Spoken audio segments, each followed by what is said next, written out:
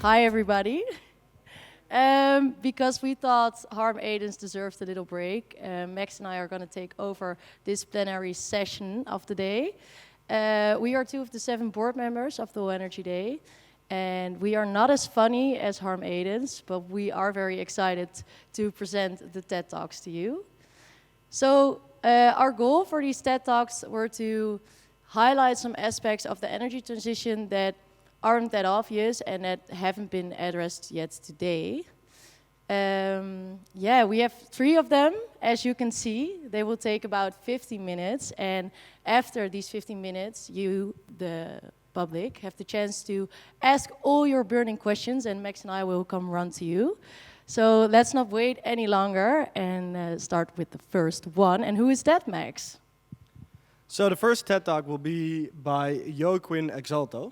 And honestly, this is probably one of my dreams for the future in the energy transition. So Joaquin is going to talk about electric aviation. And he had a master's and a bachelor's degree in aerospace engineering in Delft. And now he works for Elysian Aircraft. And Elysian Aircraft is designing the first battery electric aircraft. And their goal is to make air travel completely electric. So a lot of people thought that this was impossible, but Joaquin here will tell you his vision for the future. Thank you. Can I have an applause for Joaquin? I have the mic, right? Thanks. All right. Well, thank you for the introduction. And yes, so I'm here today to talk about the fact that basically the entire aviation industry has been wrong about the potential of large battery electric planes. And because they've been wrong, they've missed an incredibly important waypoint to sustainable aviation. Before I get to defend this controversial statement, we should have a look at what is the issue with the aviation industry. And as you probably all know, flying is pretty polluting for the climate. And that all has to do with the amounts of CO2 and non-CO2 emissions per passenger per kilometer. And that's what you see over here. Flying performs worst. Now, if you put this into global context, as of today, aviation is responsible for 2% of all emissions. Obviously, 2% isn't negligible, but it definitely is an impressive number just yet. And the real issue occurs is when we look at aviation in 2050. Because if we don't do anything, and the aviation industry is growing rapidly, then we'll be responsible for 22% of all emissions. Now, an additional problem with the aviation industry is that it takes decades to design and build an aircraft.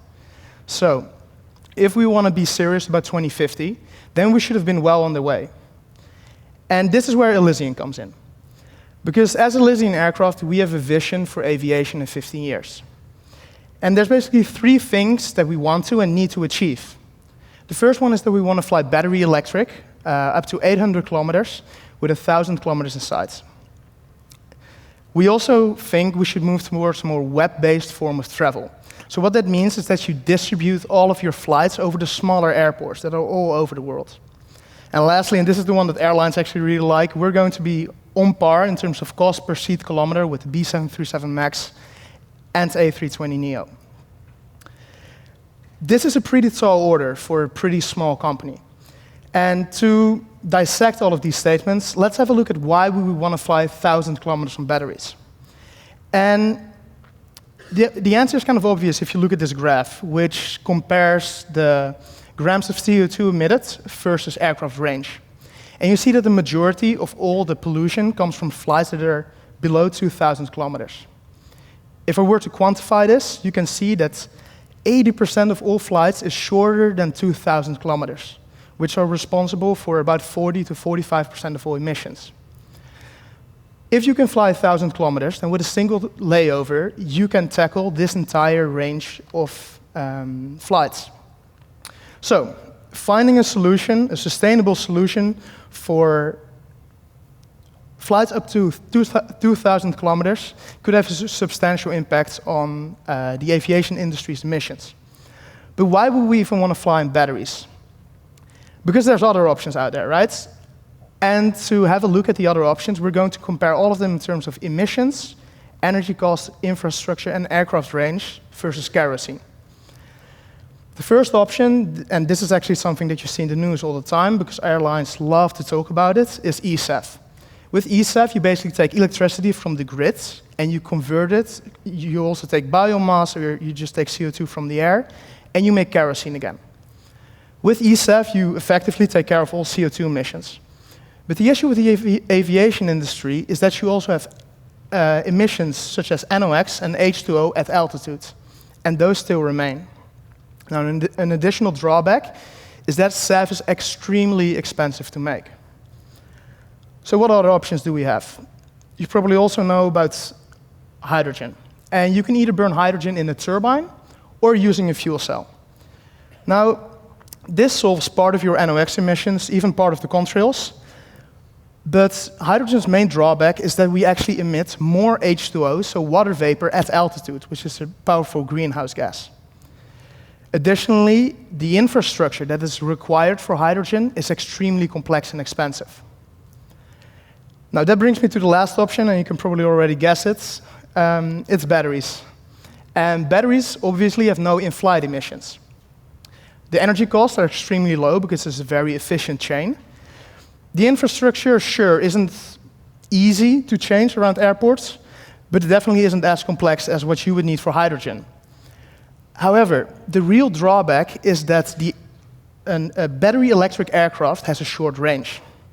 So, if we want to fly battery electric, we need to maximize the range. And this is exactly what Elysian Aircraft evolves around, because what previous studies have done is they would retrofit batteries into an existing aircraft. If you do that, you take a weight breakdown of an aircraft, which you can see over here. You replace the fuel with batteries, and you get an aircraft, a vehicle that can fly 400 kilometers. Subtract 350 kilometers for your reserves, and you can barely make it from Rotterdam to Amsterdam. That's not a very appealing business case for most airliners. And this is where most, if not all, studies stop. But what if you actually do a clean sheet design? And I unfortunately cannot go into all of the abstruse technical details because I think there's some other talks after this. But it all boils down to designing a larger, heavier aircraft with a very large wing. Now, the large wing gives you some aerodynamic benefits. And if you design a very large, heavy aircraft, you can actually just make half the weight batteries. And what we found is that from an aircraft design point of view, this is possible. There's nothing wrong with this. Actually, in the 1950s, this is how we designed aircraft. Put all of that together, and you get an aircraft that flies 830 kilometers. But what about the reserves? So the thing with reserves, which you have to understand, is that you use them in less than 1% of all flights. So we can say that this is dead weight. And as an aircraft designer, you want to minimize dead weight. So, what is the lightest form of energy that we know? It is kerosene or SAF. And this is exactly how we cover our reserves. But bear in mind, because you almost never use your reserves, in less than 1% of all flights, its emissions in your environmental impact assessment are negligible. So this is all nice and all from an aircraft design perspective, but what kind of battery technology would you have to use to do this? Because honestly, anybody can design an electric plane if you just assume some absurd batteries. Well, luckily for us, we don't. We need a battery energy density of 360 watt-hours per kilogram. Nowadays, we are at 240. So we need a 50% increase. That sounds significant, but actually if you talk to battery manufacturers and startups, they aren't too impressed by any of these numbers. If you put all of that together, you get something that we called the E9X. And this is our impression of a large battery electric aircraft. Some nice details about this aircraft are that we have 8 propellers. For the aerodynamicists in the room, we do that to have a low disc loading, so this aircraft is actually silent. And we can take care of part of the noise emissions around airports. We place all of the batteries in the wing. That actually gives us structural benefits, which decreases the aircraft's weight. And as you can see, or you probably can't see it too well, but we actually have folding wingtips. Sounds like some 2050 technology, but the latest Boeing 777X actually already has these certified. So This is the aircraft from an aircraft design perspective, but we obviously have to produce batteries, and that is also going to have an impact on the climate. Luckily, I also prepared a slide for that. And in this slide, we're going to compare the environmental impact of this electrical aircraft versus the other options. And the first other option is ESAF. We take a grid, a 2030 grid scenario, so 75% renewable. And what you see is that electric aircraft, including battery manufacturing and electricity production, perform significantly better than the other option that we have, which is ESAF, either in a narrow body or an advanced turboprop. What about hydrogen? Hydrogen also performs significantly worse than a battery electric aircraft in terms of emissions, because you still have that H2O and NOx emissions at altitude. Lastly, we can even compare this electric aircraft to land-based forms of travel. And what you see is that you actually score in the same ballpark as electrical vehicles, so cars, or a train. And mind you, we didn't take train infrastructure into account with this. Now, there's basically two key takeaways from this graph. The first one is that flying can inherently be a sustainable way of transporting ourselves. And the second one is that we're not trying to discourage hydrogen or SAF production or development. We are simply saying that if you can fly battery electric, please do so, because we're going to need that hydrogen and SAF for those long-haul flights. Now, as the good engineering company that we are, we do acknowledge that there's technical difficulties, or hot potatoes, that's the official aerospace engineering term. And as Elysian, right now, we are committed to solving these 10 technological challenges and trying to, together with key research institutes such as TU Delft and NLR, because what we want is for the aviation industry to finally start moving onwards and upwards again. And I want to end this talk with a little personal note, because when I graduated about 1.5 years ago, I found it incredibly hard to choose a career path. But there were basically two key realizations that helped me choose my career. The first one was that I wanted to make sure that I contributed to a mission and not only a company. Now, the second one was that I knew that I wanted to contribute to a more sustainable future. The thing with startups is that they are the ideal environment if you have these two prerequisites for a job. So, when you graduate, either in a couple of months or a couple of years, what I want to urge you to think about is whether you want to be part of such a mission-driven company. And if you do, then I have a pretty good recommendation for where you can apply to. Thank you.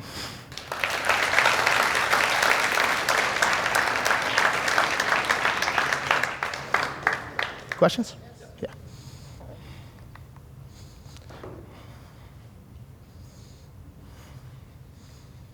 You mentioned the battery life, that it needs to increase for 50%.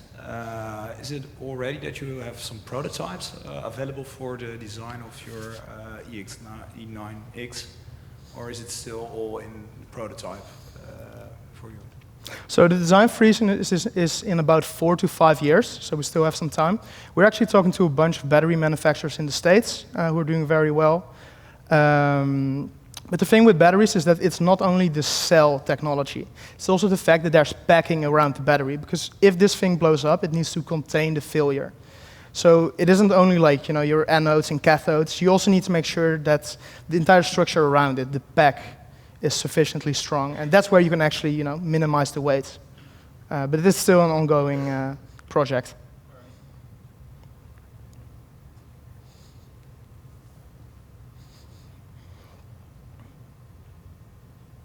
So, how would you consider the emissions in the production of the batteries, since the production is also very susceptible to a large amount of emissions? Your question is, how did we assess the amount of CO2 emitted? We actually took the latest papers on this.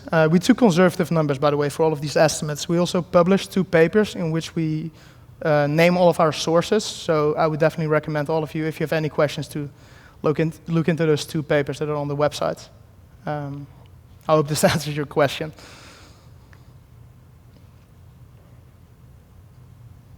Thank you for your presentation. What is the cruising speed of your aircraft? Is it comparable to conventional Boeing or Airbus planes? Yeah, that's a very good question. When we were in the States, this is the thing that most people actually ask questions about because they didn't want to sacrifice any flight time for sustainability. So we're aiming to fly at about 0.5 to 0.6 Mach. Now, currently, narrow bodies fly at about 0.75, 0.8 from the top of my head. So you're definitely going to fly it a little bit slower. But if you take a short range flight, let's say to London, which is usually about 50 minutes, and you would make it 50, 60, 65, most people won't bother.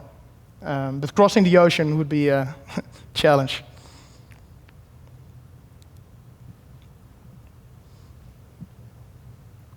Thank you for your presentation. In addition to the other question, I would like to know how much turnaround time you would need to reload the battery, because especially on the short stretches, turnaround time is crucial. Yeah, so we're aiming for 30 to 45 minutes. Actually, the battery charging is also something that we're looking into right now. Luckily, we have some eVTOL friends. I'm not sure if eVTOL are the electric taxis that fly about 50 kilometers. And they also actually need these, megawatt-sized charging hubs. So there's definitely some synergies and collaboration on that front as well.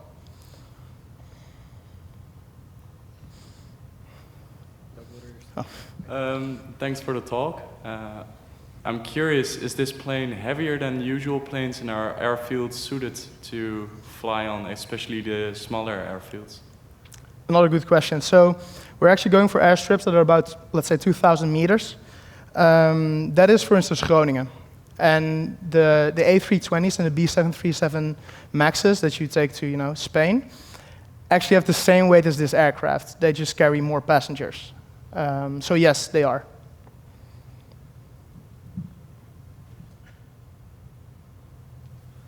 Thank you for your talk. I was wondering, current airplanes, some of them are able to fly with SAFs already, and electric planes, they need a full turnover of the fleet. Does it make them still profitable? Yeah, so I think, I don't want to say these numbers wrong, but every 10 to 12 years, that's when airlines actually buy new fleets because of the latest improvements and that kind of stuff. So now they're definitely going to have to replace their aircraft at some points. But something I didn't show is that the thing with SAF is that you need 9 kilowatt hours of energy for 1 kilowatt hour of energy in your aircraft. So it's horribly inefficient. And if you want to fly your current fleet with SAF, it's going to be insanely expensive. And actually, so when the kerosene price doubles, that's when we are as profitable as an A320neo or the B737 MAX.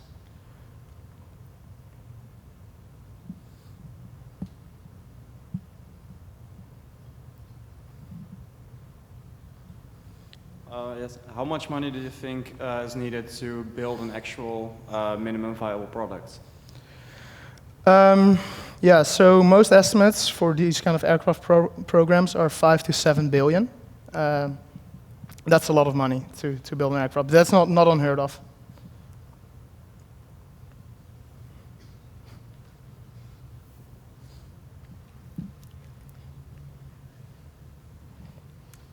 Thank you for your presentation. This question comes from a person who is very afraid of flying, and most conventional airplanes can actually fly with, an engine being off or an engine failure.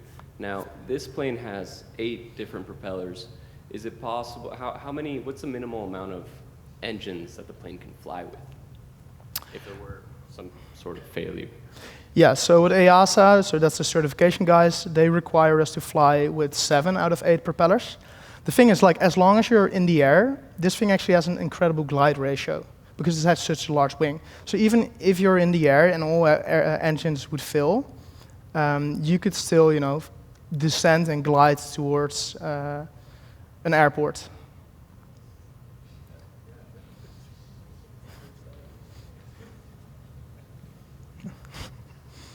Yeah, there was a question that popped into my head from the turnaround time. I don't know how it works, but have you thought about swapping the whole battery at the station? Yeah, that's a very good question, especially because half our weight is batteries, so you're basically a flying battery. The thing with swapping these batteries is that we're actually looking at this because you're going to have to replace those batteries at some point anyways. But you will need load-carrying hatches, and what I mean with that is that you need to open this wing, take all of the batteries out, and then close it again. Probably opening this hatch is something that you want to require time, right? So that it doesn't happen mid-flight. But yeah, we thought about it, but it would probably take more than 45 minutes. Hi, thank you for the insights. I would like to ask, what battery technologies have you considered, NMC, LFP, or something else? And then what are you going to do when it's the end of the lifetime of the batteries? Do you have any consideration for that? Thank you. Yeah, we do actually. So in terms of what specific battery technology, that's still up in the air. We're talking to a bunch of battery manufacturers and startups, but we luckily still have a couple of years before we have to make that decision. In terms of what are we going to do with the batteries after its lifetime, well, storing those batteries for ground-based applications is actually a viable business case. So you would sell your used batteries, which are still at 90% capacity, because that's when you swap them out, and you would use them for energy storage at airports. And if airports are going to have to charge a bunch of electric aircraft, this would be pretty ideal if you slowly build up the battery storage.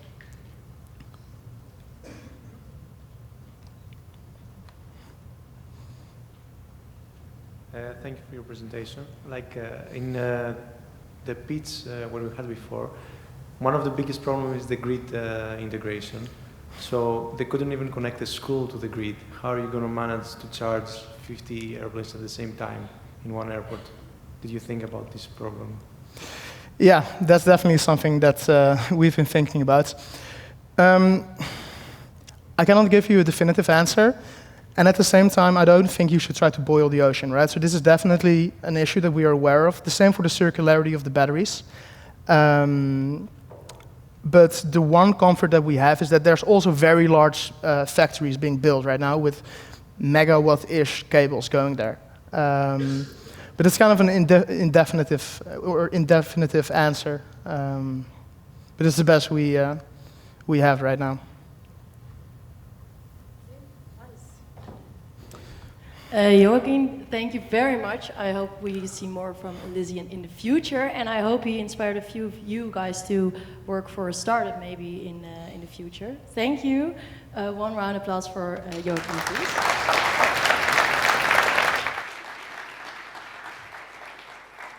But next up, we have another very special guest, Jaco Appelman. And Jaco teaches beta sciences and biology at the Universiteit Utrecht. And he's a very optimistic person that focuses on bio-inspired innovations. Yeah. He wrote a book called Zo kan het ook. Translated, it is, this is also how we can do it. As I said, very optimistic. And there he tells us that we can actually learn a lot from processes in nature that actually are existing for a really long time, and we can find ways not to only degrade nature but also build it up, and hopefully he will tell us a lot more about it in the next 15 minutes. So give it up for Jaco and have fun. Thank you, Chloe. Okay, as they say, I'll try to keep it short and sweet. This is the first slide, and you don't see anything that has related to energy, but for some fungi and the bark. And you can learn from nature, and I'll tell a little bit more about where I come from, by studying both.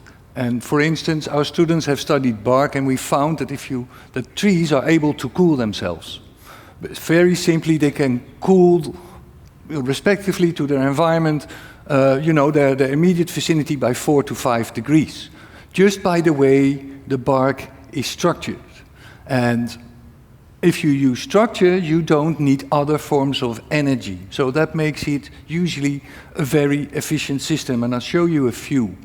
But before I do that, I'll tell you a little bit about myself.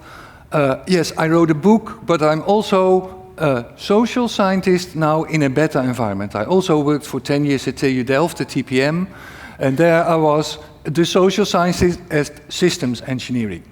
And the kind of things I focus on currently is how can we see buildings not as objects that need to be built, but as organisms through which things flow. People, information, money, warmth, air, and can we view basically a building as a living system? And well, we can. And the main thing that I focus on is what you would call skin, the skin of a building, the outside. Because if you look at this building, this has been, has had different uses, different functions. You see these big pillars, how do you call it, heavily over-dimensionalized. I think there's, you could do this with about half of the concrete. But that structure remains, and what you usually change in a building is what's here, all the stuff that's around, the floor plan, because, maybe after a convention center, this becomes a factory, who knows, for electrical planes, you never know where you end up. And what is also usually changed every 10 to 15 years is what they call the facade or the outside. And the outside is something you can really easily change if you think about, well, then I'm telling you, oh, sorry, but if you think about, well, these kinds of tiles, panels that you can make. You've seen green walls, you've seen solar panels that you can use. Those are already two functions, so you could make a skin that generates energy, that creates biodiversity, and what we are focusing on in Utrecht now is how can we cool, so that in inner cities you can use passive ways, basically mimicking trees or the bark of trees, to cool city centers.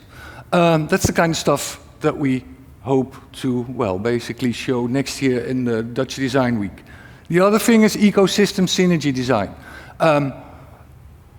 Does anybody of you know, maybe it's a really weird question in an engineering environment, how big the mussel and oyster banks were that were, basically situated along the coast of the Netherlands compared to now, how big they were?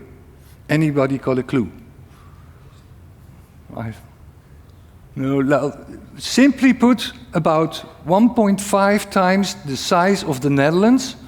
That is how big all, so you have to imagine that from Belgium all the way to Denmark, there was basically 30 to 40 kilometers of oyster reefs around 1830, 1850. We've thoroughly destroyed those habitats, but for some small spots here and there where there's still, oyster banks. And what we're now trying to do is see how we can connect these things, because a system works better if it's got a lot of connections. Well, and if you got all these connections going, then what we hope that is going to happen is that these kinds of reefs really rapidly repair themselves, because that's what we found during COVID. If you leave nature around and you ignore it, it really bounces back very quickly. Okay. Let's get into some technical things as well later on, but I'd like to focus a little bit more on the dream that I have. I'd like to design a ship that feeds the sea. And I think you can see, if you would be able to design a ship that feeds the sea, then no problem, right? We could have like loads and loads of movements across the sea, and the only thing it would do is create more health, and therefore more life. And that's another way of looking at it. And that kind of thinking is usually embedded in bio-inspired approaches, but it's becoming more commonplace. And as engineers, you'll probably want to dig and get a lot of information, especially from the biomimetic and the bio-inspiration fields. You hear a lot about bio-inspired approaches, and it's usually about biomimicry and regeneration, but these are actually, if in terms of science, really, really small. They're more really enthusiastic. So they get things going, but don't expect good metrics coming out of biomimicry very soon. Good metrics are to be found in the biomimetics, in the bionics. Fields of bionics. So, just to give you an overview, there's lots of them around, and this is what you could call also a new kind of sustainability that you also see arise here with the new Energy Day. We're eating vegetarian sandwiches. I mean, 10 years ago, that was like, what? fuck, vegetarian sandwich, where's the meat sandwiches? I mean, these things have changed really quickly. And it goes on with these tiny things, you know, they make a difference. If we would have those, and what you see here is very simply, I just have to show it. Most of the things that we're currently doing in the energy transition are somewhere between green high performance and becoming sustainable. We're past conventional minimum standards. That's for the companies, but that's not for universities and engineers that develop new things.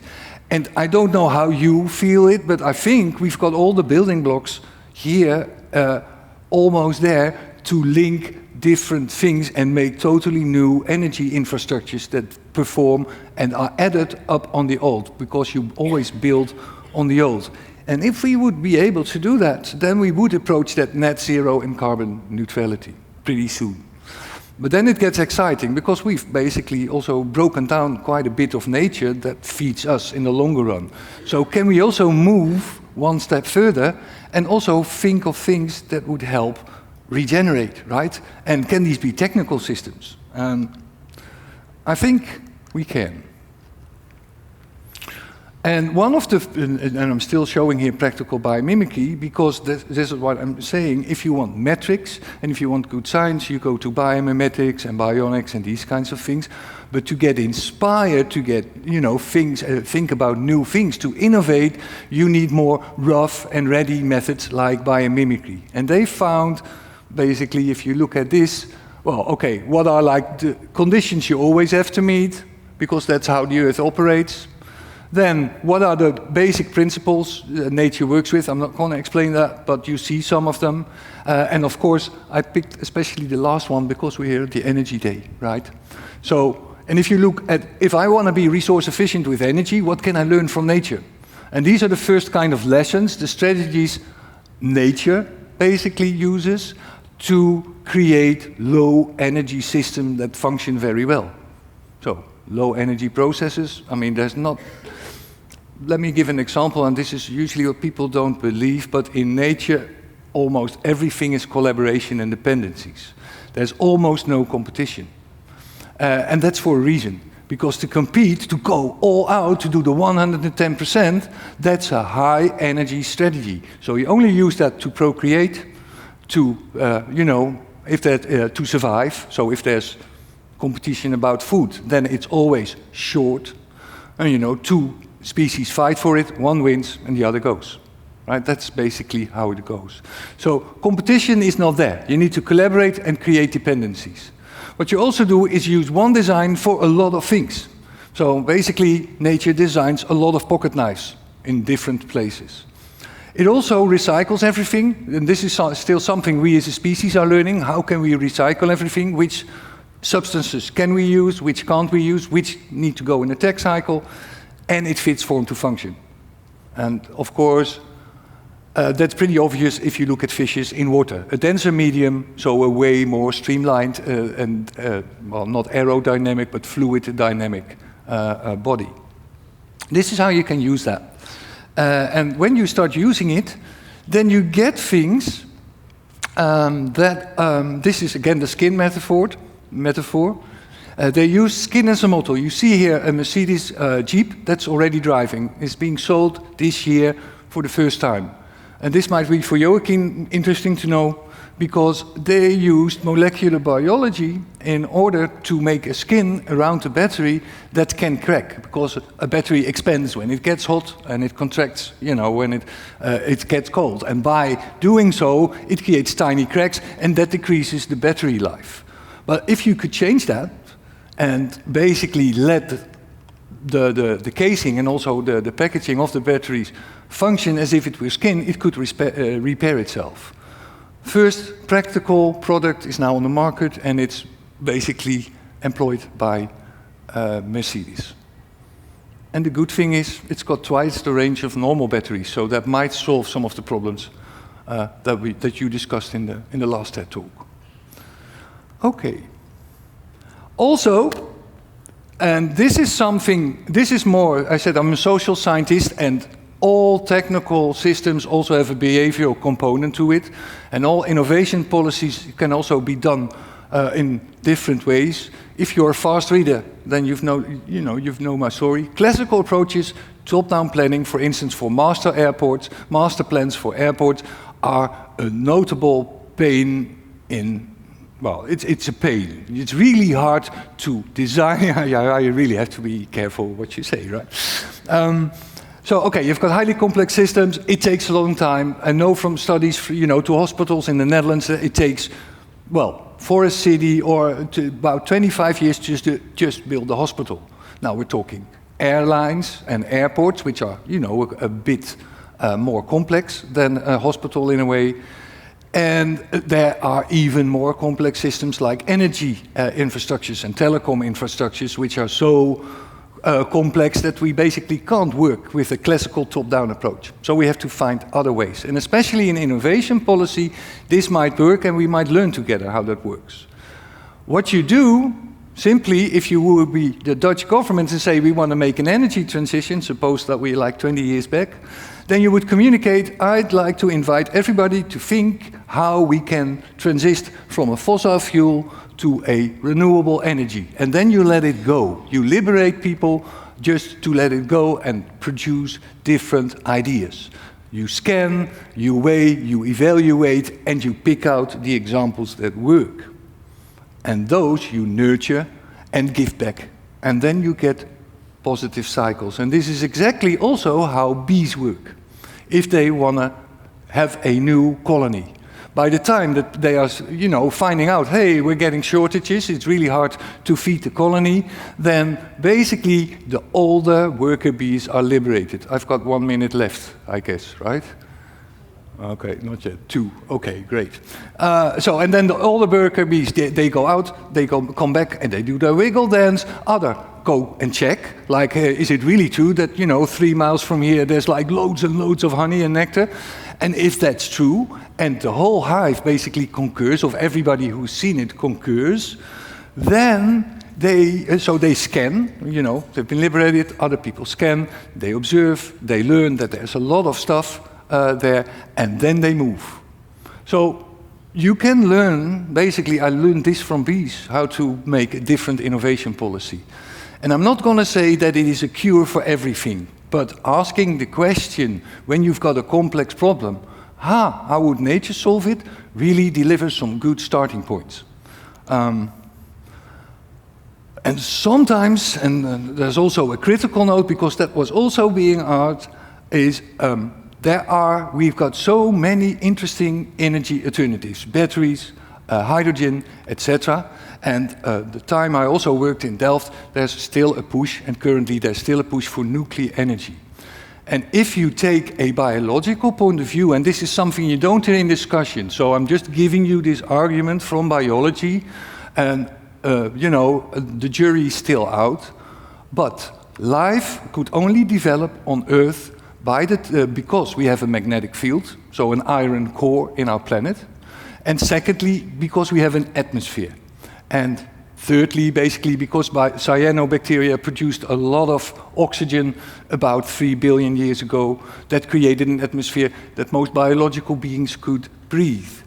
Simple thing, basically, I'm trying to say, is if you increase radiation, then basically all radiation is lethal. If you think about spacefaring and going to Mars, the biggest problem that they will face is how do we contain the amount of radiation so that we don't get, like, within a few months, full of cancer, and by the time we're back on Earth, we're either hospitalized or buried. That's the big challenge when you go to Mars. So why then would we create technologies that get that lethal radiation, back into our atmosphere that developed just to protect us against it? That's a real, it's a different way of looking at the problem. Thirdly, I think we should be humble in a way, because what we're trying to do is create these kinds of things where we put in really high radiation, radioactive stuff, and this is from the French, basically from all their nuclear tests.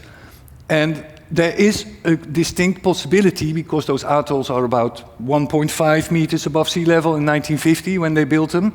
So the water is now about here, and give it another 100 years, and then there will be like a substantial layer of water over these structures. And if one of them lifts, all the oceans will become, filled with radiation. Not very fast, but it will decrease the chances of life to grow. And that would be a shame, right? Because we're alive as well. And we'd like to, continue with ourselves. So, just a little bit of biology to inform energy, and I think that you see that there are both like really productive angles and some clear warning signs. Thank you for your attention, and let's move on.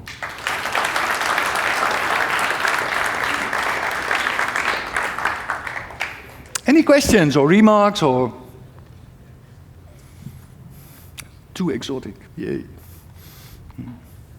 You mentioned earlier also to me that nuclear energy is actually not good to get back on Earth, because we're actually defending us from the solar radiation, as you mentioned before. Yeah. However, when you look at the energy transition at the moment, some energy advisors advise to use also nuclear energy as a sort of a team player, so using solar energy, wind energy, sometimes fossil fuels to still fill up the gaps between the energy demand. How do you look to it when talking about nuclear energy? Well, the positive answer would be, if you look at nature, diversity is a way to build resilient systems. So the more different ways that you generate and consume energy, the more robust the whole energy infrastructure would be. But I'm getting a bit stuck on that radiation argument. I would say, if we would have a way to really safely not use the waste, but either contaminate the waste or reuse it in ways that it's food for another process, I would be all for it. But as long as we can't, we're trying to control things that are 50,000, that will last for 50,000 and 100,000 years. And the biggest civilizations that we ever had, or the longest civilizations, are 3,000 years, max, maybe 2. So I don't think that we as a species are able to really guard that stuff, but that's a personal thing. Yeah. Okay. But maybe we can, I don't know. Anything else? Okay. Thanks for your attention, because we've got a third speaker. I hope you have a lovely day, and I think that you all feel that we are really, and this is a great time. I don't know what Jan Rotmans this morning said, and if you've been there, but it's a crux time, right? We're really moving towards that energy transition, and it's looking good. So let's keep that in mind.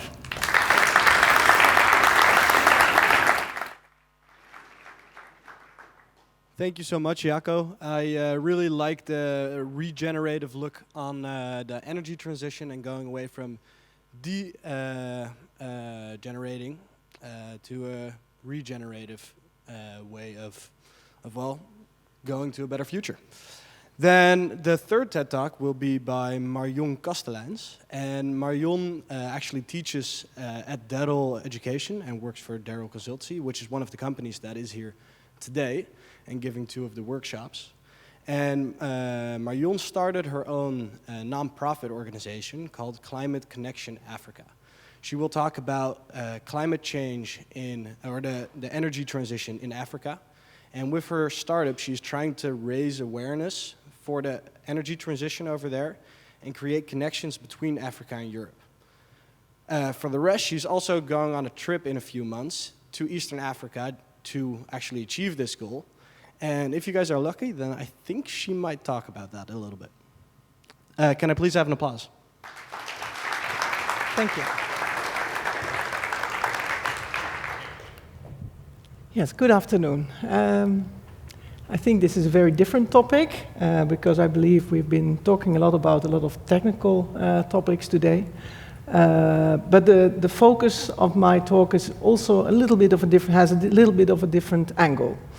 So as mentioned, in daily life, I work for Darrow Consulting. I lead a project, actually an energy transition project in shipping. I've been working on shipping on hydrogen for the last 6 years, mostly in inland shipping, but also short sea. And next to that, I also conduct master classes of energy transition at secondary schools in the Netherlands. Before I joined Darrow and before I started working in energy transition in shipping, I lived in East Africa for 8 years, living in Uganda, and I worked in several sub-Saharan African countries. I was not working on energy, on climate change topics at all at that time. So I've learned about that during the last 6 years. And 1.5 years ago, I decided to combine my previous experience with the knowledge I recently gained. And the reason why I decided to do that, or actually the inspiration, came from one little boy. And this little boy is Ivan Chiseka. I sponsored him in primary school in Uganda, Kampala, and afterwards in secondary school. And in early 2020, he approached me via WhatsApp and he said, "Madame, now I want to start studying. Now I finished secondary school, but what should I do?" And he sent me a list of things, different things he could study. And then he said, "I'm thinking about petroleum engineering." And because I was already working on energy transition, it was kind of like, I felt like a, a knife going through my heart. I've been sponsoring this boy all of this, half of his life, and now he thinks about working in oil. But I also thought it was a very good opportunity for him, right? Because he could get a small scholarship, he would definitely have a job, and this is really what in this country is still on the top of their minds right now. We need to make money from oil. But I also decided to start sending him once in a while a nice report, some information, just to make him aware. And the feedback that I got from him was that he found it so interesting, it was inspiring, he was sharing it with friends, and he also said it was so difficult to get that kind of information. He never saw it around. So this is why 1.5 years ago I decided to combine the different things I've been working on recently. This is Ivan right now. He's working for the China Oilfield Services Limited. Beautiful. And helping get oil out of the ground in Uganda and getting it via the largest heated pipeline in the world from Uganda to the Tanzanian coast for export. When talking about Africa, I always want to take one step back, because even this weekend I was interviewed by someone, and again, they were talking about Africa as a country, which always really annoys me. So typically, when we look at a map, this is how we see it, right, of the globe. But there's also different ways to visualize this. And this is actually how large Africa actually is. So you see, United States, China, India, so many different continents actually fit into this one continent. It has 54 countries right now. It spans 20%, or it has 20% of the land surface worldwide. It's huge. It's not just a country. The focus that I have is mostly on sub-Saharan Africa. That's 49 out of the 54 countries. And if you start talking about climate change, sub-Saharan Africa has actually the lowest emissions per capita of any region in the world. So they represent about 16% of the population and about 5–6% of the emissions. Now, if you zoom in even further, it's even more crazy, right? So if you look at the historical emissions, we see here, all the different countries on the planet, and just this little green piece, that's all of Africa, and then the other part is sub-Saharan Africa, and if we remove South Africa, we end up with 15% of the population representing 0.6% of the global historical emissions. Why? One of the reasons is because they have the lowest access to electricity worldwide.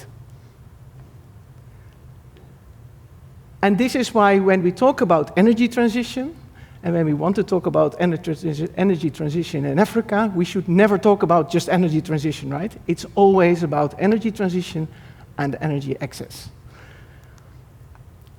Most of us know Africa from, safaris and national parks and giraffes, etc. And indeed, nature is very important in Africa. Actually, it represents a large percentage, the largest percentage of biodiversity in the world, 25%, I'm sorry, but only 3% of the investments in biodiversity flow to Africa.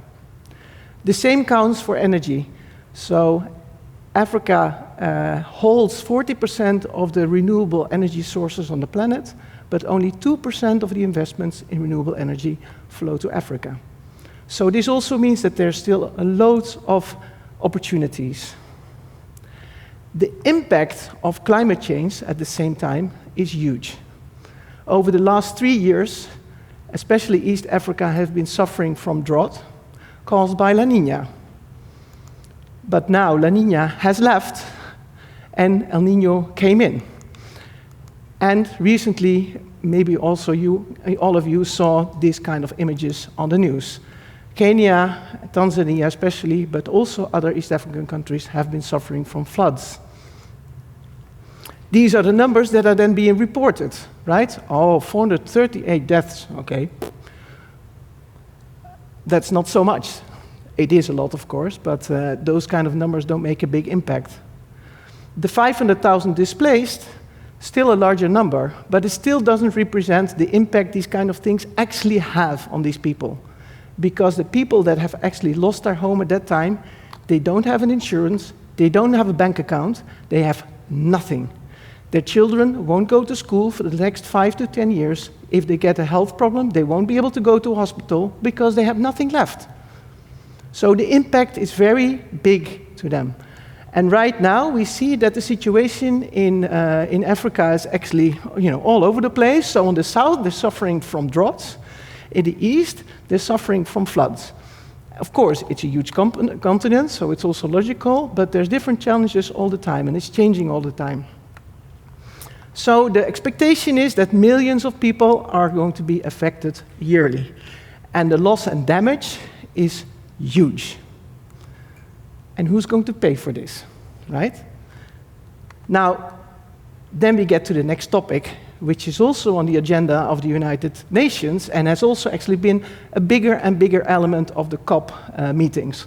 COP28, there was a huge delegation from several developing countries talking about climate justice. The definition of climate justice is that we have to put equity and human rights at the core of the decision-making when we take climate action. Some people are starting to stand up, but it's not happening so much yet, even though they are disproportionately affected. And we have decided that the countries that have caused these problems should also contribute and are responsible for fixing it. And this is why the United Nations also says that education is crucial. The combination of education, making people aware, but also, so climate education, but also normal education, but also then investments and making people aware of possible solutions is crucial. And that's exactly what I want to focus on when I when I go around East Africa. So very briefly, let's make a little bit of a more positive note now. What's already happening on the ground? And I want to focus on these 4 countries. So there are different topics of climate change, and one of them is energy access. But the first one we should always look at is reduce, recycle, repair, just like we should be focusing on that here. So there's already a lot of things happening. There's a lot of awareness. People are already collecting plastic, and of course, they have always been more aware of, or doing more repairs and etc. But also they're looking at different ways to use, for example, animal dung for biogas, And there's already some recycling companies for IT equipment. So things are moving along. Then the real topic of today, energy transition plus access. And it all started with home systems. So already when I was living there 15 years ago, it started with these little small solar systems that people could buy on microcredits, put it on the roof so the kids could study with a small lamp in the evening. And that's how it started, right? But this is really expanding right now. It's also moving to shops, etc. And then the next one is kind of like off-grid mini-grids. It's still hard to develop them, it's not easy to implement, but it's really helping in a lot of remote areas to get people the renewable and electric energy. Then there's also some remote systems which can combine the electricity and, for example, water purification, which is of course also a crucial topic. And still a lot of organizations are focusing on clean cooking, which is mostly still on biogas and pellets, so it's not electrical yet, because that's a very big step to take. There's even a Dutch company working on electric bicycles, introducing them to the major cities. So there are really steps being taken. And I would like to everybody, if they want to get involved also in different countries, etc., to think about, hey, is this also something that I could contribute to, even if it's just during an internship or during some studies or your thesis. And in Kenya, actually, there's been a lot of expansion on thermal energy. So this is, they already have 90% renewable energy in that country. So of course, the energy system is also still expanding, so it's difficult to keep up. But the percentage of renewable energy used in this region, whenever they have electricity, is very high. Then there's also other topics, right? And these can be combined, as we see in the next slide. So we have to look, we can think about agroforestry, greening projects like Just Dig It, the Dutch NGO is doing. There's also planting mangroves, which can both help on mitigation and adaptation. There's regenerative agriculture, and there's also a very important topic on food waste reduction. The food waste in Western countries is mostly at the end of the value chain, so in our homes or at the retail stores. But in these less developed countries, most of the food waste actually takes place at the beginning of the chain, because the logistics is not organized very well yet. And then there's another topic, which is support of carbon removal sinks. That can be done in a very natural way, but there's also people starting to work on biochar, which is more the technical solutions to make this happen. This one didn't work. So for energy transition, I think there's actually a lot of opportunities for leapfrogging. So the faster we develop solutions here, the faster we scale up solutions here, especially with solar, etc., the cheaper it will become for these countries to also then adopt these kind of technologies, apply them in different ways. For example, we see here that with solar, they can actually implement irrigation systems. And it can then also help them to skip the step of fossil fuels. Now, what am I going to do in the next 9 months, as mentioned? So the plan is, with my daughter, who you see here in the picture, and with this beautiful car that was electrified in Delft at EV Europe, a small company here, we are going to travel through Kenya, Uganda, Rwanda, and Tanzania for 9 months. And we will conduct workshops at schools, secondary, vocational, and universities. And we will be conducting workshops in climate weeks, full weeks of workshops with organizations and companies, all talking about climate change and the different topics related to them, and then gathering all the different opportunities that are possible. This is how I plan to plant my seeds, to spread also some positive news there. And if anybody would like to get involved, I still need a lot of support, then you can, of course, contact me. Thank you.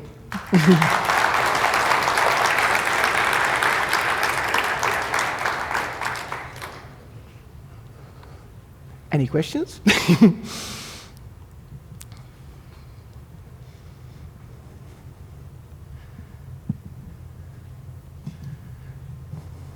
Hi, thank you for your presentation.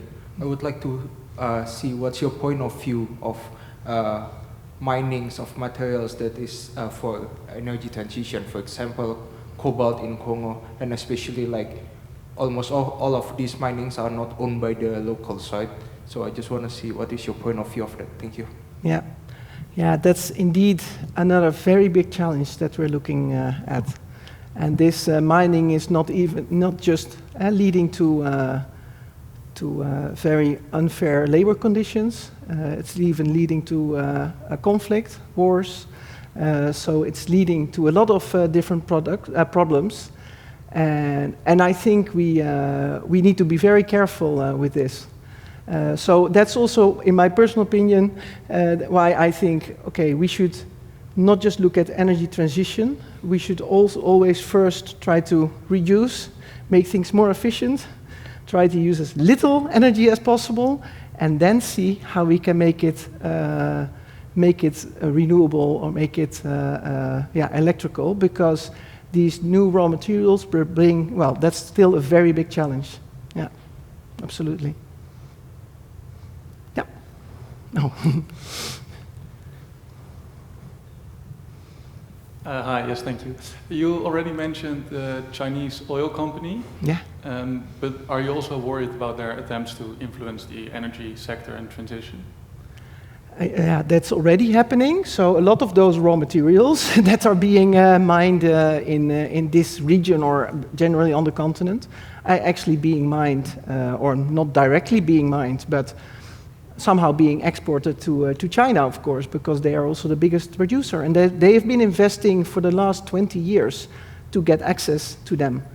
Already 15, 20 years ago in Congo, they were largely investing because they knew that those minerals were there in the ground. In my opinion, Europe has been running behind a little bit on this topic. We're waking up right now, and Europe is creating now a strategy on this. Definitely China has is playing a big role here. Yeah.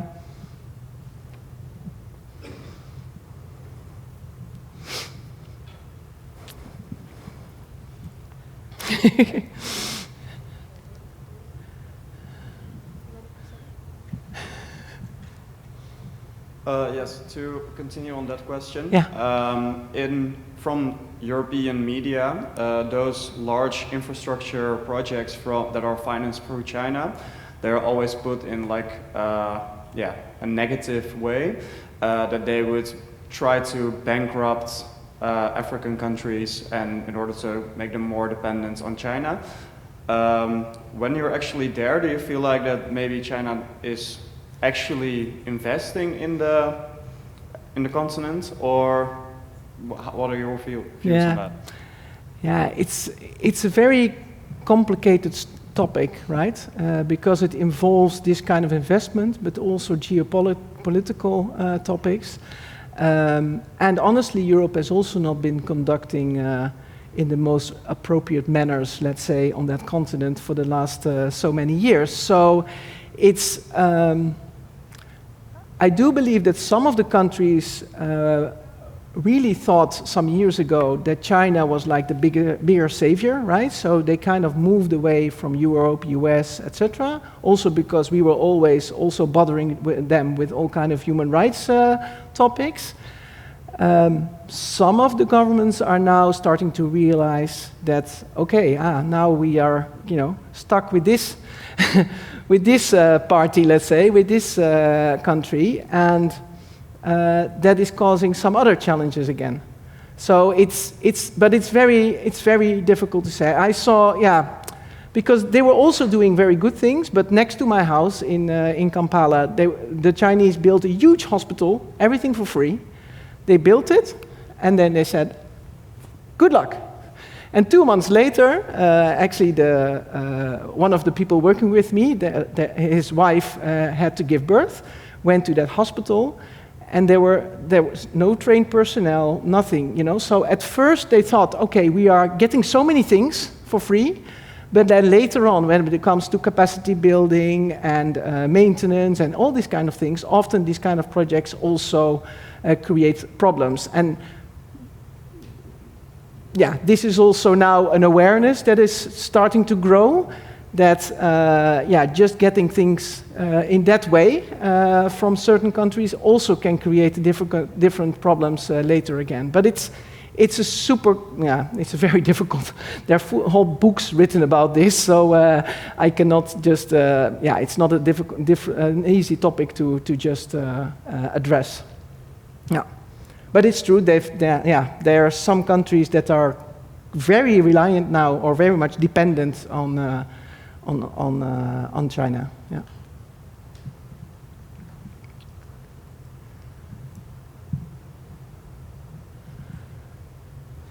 Thanks. First, I want to wish you all the best on your wonderful mission the coming next 9 months. Thank you. And then I had a question. You talked a lot about different activities like the solar panels and donating the water systems in Africa, but also education and workshops like the young boy that you sponsored and gave information to. Is there any of the activities that you do that you consider being the most impactful for the energy transition in Africa? I think bringing, there are two main topics. So I think it's mainly the informing young people about what's happening in other places on the planet, like I saw with Ivan, that, creating the awareness. And the second one is bringing companies together to talk about these different topics. So I'm actually not going to execute any of these projects. So the projects, examples that I mentioned are all from kind of like partners related to me, so that we might visit them. But also during those workshops with the organization and companies, those are the experts. I'm just facilitating and making sure that they come together, let's say. So, but I do believe, of course, it's all planting seeds, right? But that's also what we do, for example, in the Netherlands with their education with the youngsters in the Netherlands. You can never measure really the impact. It's planting seeds, and that's with education often the case, right? It's planting seeds and hoping that that it falls on fertile ground, let's say. Does that answer your question? Not really. Yes. I think we can conclude on education, right? Yeah, that's the most important one, yeah. Yeah? Okay. Thank you for your attention.